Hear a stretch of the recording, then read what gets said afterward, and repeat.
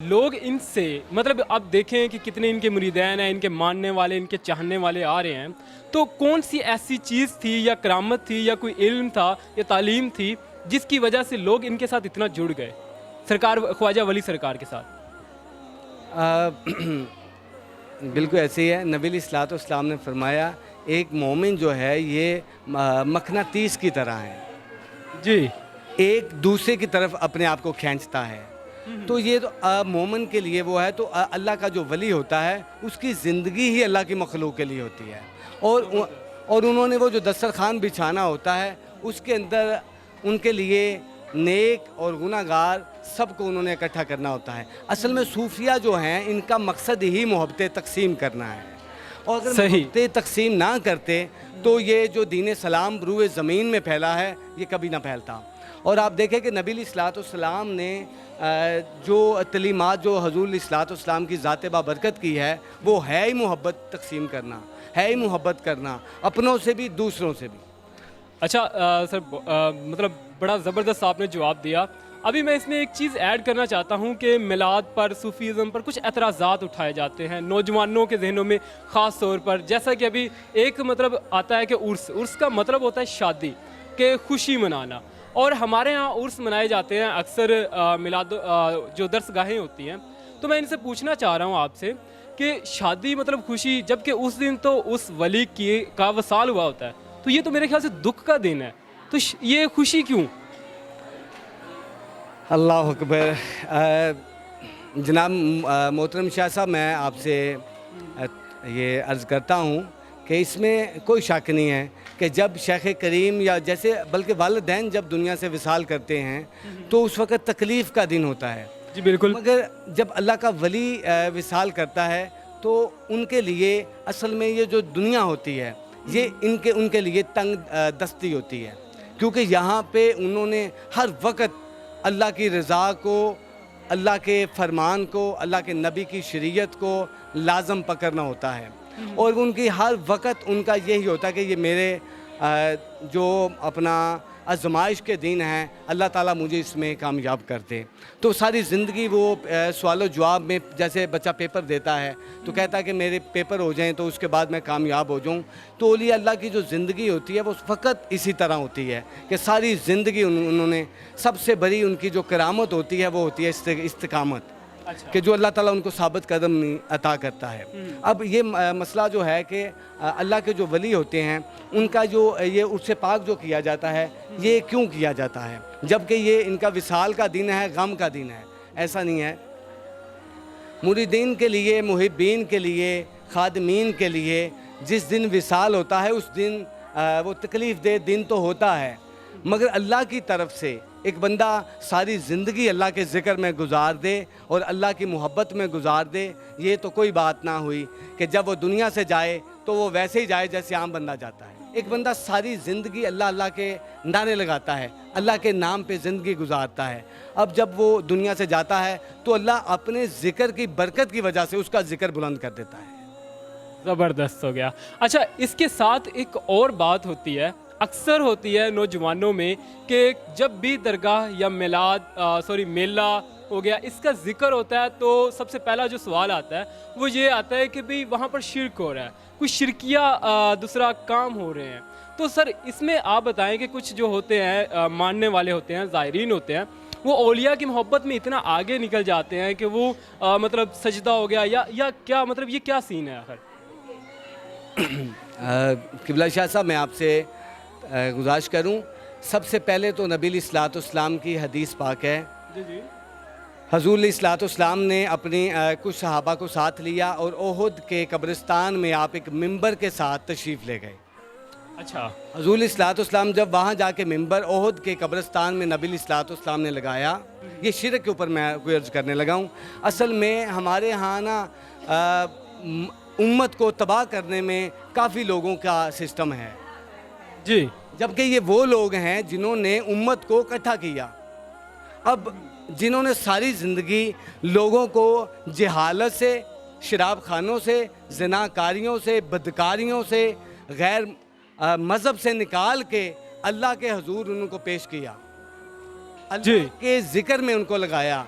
अब जब जो बंदा सारी ज़िंदगी मखलूक को अल्लाह के ज़िक्र में लगाता है वो कैसे शिरक कर सकता है?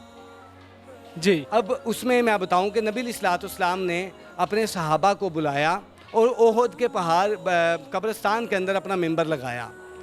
ओहद के कब्रिस्तान के अंदर कभी मिंबर तो नहीं ना लगे, आप नमाज के लिए तशरीफ़ ले गए, ख़ास आपने मीटिंग बुलाई।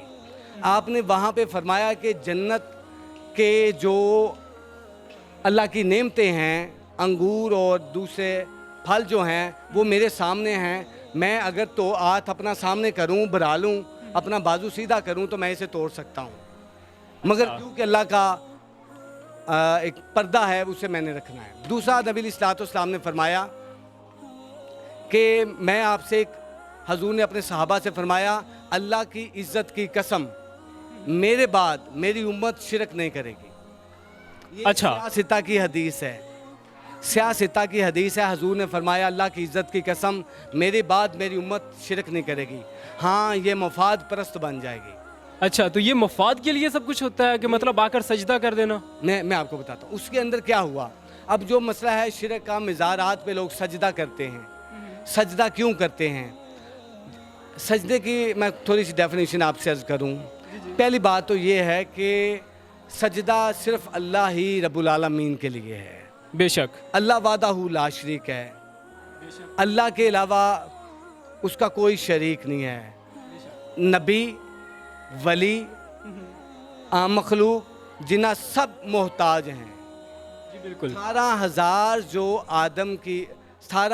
जो आदम हैं वो सब मोहताज हैं। बेनियाज है तो वो एक ज़ात है, वो ज़ात है अल्लाह की। बेशक। अब जो मसला है कि औलिया अल्लाह के मज़ारों पे लोग सजदा क्यों करते हैं, उसके लिए मैं थोड़ा सा आपको अर्ज़ करूं। असल में मामला ये है कि जहालत बड़ी फैल गई है।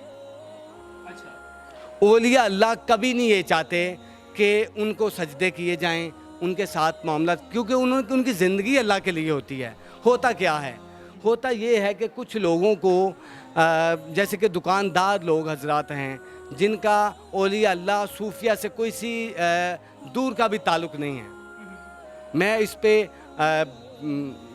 बग़ैर अपना किसी डर खौफ के कहूँगा, क्योंकि हकीकतन यही है। उनका ताल्लुक़ क्यों नहीं होता है? अगर उनका ताल्लुक़ अल्लाह और उसके रसूल के साथ होता, औलिया अल्लाह से होता, तो कभी वो ऐसे कामों को अख्तियार ना करते। अब होता क्या है, दो बंदे हैं, एक बंदा सादा है, उसे पता नहीं है, जब वो आके औलिया अल्लाह के मज़ारात पे हाज़िर होता है तो उनको देखता है, उनकी शान व अज़मत को देखता है कि यार मैं भी बंदा हूँ, ये भी बंदा है, मगर इसको अल्लाह ने ऐसा बुलंद किया। वो उनकी मोहब्बत के अंदर उनके कदमों को बोसा दे देता है। अच्छा। कदमों को बोसा दे देता है, वो मामला अलग है। जो मामला है सजदे का, कुछ लोगों से पूछें, अगर कोई कर भी रहा है, कोई अगर कर भी रहा है तो उनसे पूछें कि ये क्या किया आपने, तो कहेंगे मैंने बाबा जी के कदम चूमे हैं। आप कहेंगे कि आपने तो सजदा किया है, कहेंगे कि नहीं पुत्र, गाले सजदा सिर्फ अल्लाह ने। अच्छा। आम से आम बंदे से भी पूछेंगे वो यही कहेगा। मगर हाँ, इस बात को मैं मानता हूँ कि हम औलिया अल्लाह के मज़ारात पे कुछ ऐसे जाहिल पीर आ गए, इल्ला माशाअल्लाह, उन्होंने अपनी दुकानदारियाँ सजाईं और लोगों को फंसाया। हमारे यहाँ ये नुकसान क्यों हुआ कि हमारे मज़ारात पे जो दर्सगाहें थी इल्म की, जो मंबा इल्म लोग थे, उन्होंने इल्म को रोक दिया। जी सही, असल मेन यही वजह है मेरे ख्याल से। सजाद गान ने तकियों के ऊपर टेकें लगानी शुरू कर दी, हाथ को बोसा दिलवाना शुरू कर दिया। हालांकि ये जायज़ है, बोसा दे सकते हैं आप। फिर उसके बाद उन्होंने ये काम किया, उन्होंने अगर कहीं दीन की बात हुई तो उन्होंने कहा कि यार हमें ना खामोशी इख्तियार करनी चाहिए। मतलब आसान ज़िंदगी उन्होंने अपना ली, जबकि औलिया कराम की और जो अम्बिया कराम की ज़िंदगी है वो तो बड़ी मुश्किलों से है, इन्होंने आसान मतलब चूज़ कर ली।